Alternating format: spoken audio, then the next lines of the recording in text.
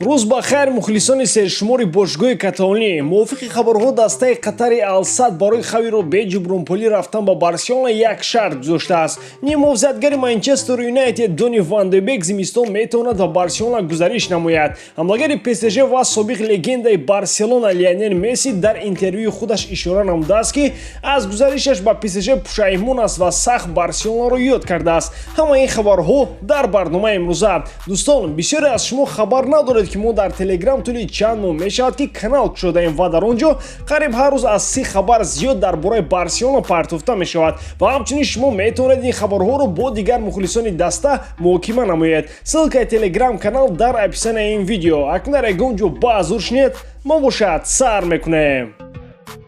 پگاه رقابت‌های دور چهارم لیگ چمپیون‌ها آغاز می‌گردند که همه دست‌ها با رقیبان قبلی خود بازی جوابی انجام می‌دهند. برای جلوتر کردن تماشای بازی‌ها می‌توانید با 1x مراجعت کنید، زیرا آنجا با همه بازی‌ها کوفیشنت‌های کیهانی پیشنهاد می‌کنند. هنگام رجیستراسیون استفاده پروموکد بارساتیجی رو فراموش نسازید، زیرا با آن تا $100 بونوس می‌دهند. ссылкаи بازی در کامنتاریا. فرصت رو از دست ندید. موافق چندین منبع‌های خبری السد آمده است که خوی رو به جبرانپولی اجازه دهد که دسته رو ترک نماید و با بارسلونا رود، اما با یک شرط. دسته قطری خواهش دارد که بارسلونا در دام 2 سال نزدیک در شهر دوحه پایتخت قطر حتما یک بازی رفیقانه برپا کند. در صورت دیگر بارسلونا رو میباید که 1 میلیون یورو جبرانپولی برای خوی پرداخت نماید، اما بسیاری‌ها ضد گذراندن بازی رفیقانه در قطر شدنش ممکن است، زیرا در دایره ساختمان میدان‌ها برای جام جهانی 2022 در این مملکت حقوق‌های انسانی بسیار پایمال شدند. پیشنهاد السد عین زمان برای بارسلونا مفید است، ولی اینکه میتوانند خوی را رایگان گیرند. دوم در دوام 2 سال شاید بارسلونا برقرار میشد و بازی رفیقانه نیز به مکافات پولی برپا نمیگردد برای بارسا. نیمه‌وسطگر منچستر یونایتد دونی وان دی بک به نزدیکی اگنت خود را عوض نموده است، زیرا می‌خواهد که یونایتد را ترک نماید. بارسلونا که تا حال خواهش گزارش این فوتبالباز گلندی را دارد، زمستان در روزنامه ترانسفری میتواند او را با اجاره گیرد. علی درستون که اگنت هموطن او فرانکی دیونگ بوده کارهای او را نیز پیش میبرد، حالا اگنت وان دی بک شده است و درستون میتواند که با گزارش وان دی بک با بارسلونا مساعدت نماید. موسم امسال او در 3 بازی اشتراک نموده، حالا یگان نتیجه نشان نداده است. هرچند که وان دی بک بازیگری ارزنده است، اما بعد رونالدو ما از بازیگران گلندیا سخت هراس داریم. اجاره او فکری بهترین است. اگر مثل دوره‌های در آیاکس بودنش بازی کند، او را بارسلونا میخرد. اگر بازی خوب نشان نداد، میتوانند که او را برگردانند.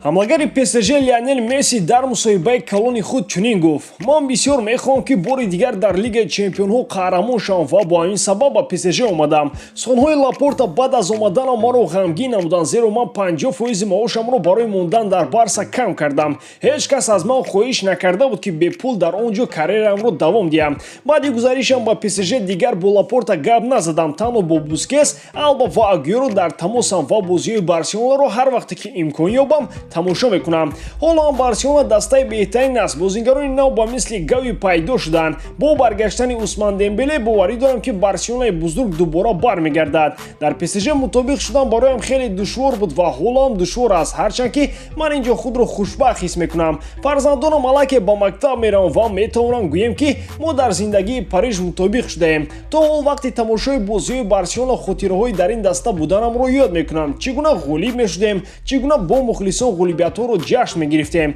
یگان میدان جهان با کونو برابر شدن نمیتواند و من بارسلونا رو به حد یاد کردم. میخوام که در آینده با بارسا برگردم. میخوام که سهم خود را برای دوباره بهترین دسته جهان کردن بارسلونا گذارم. نمیدونم که آیا بعد انجام شرطنامه میتونم برگردم یا اینکه نه، اما کفالت میدم که من همیشه در شهر بارسلونا با مخلصان صمیمی زندگی میکنم، گفت مسی.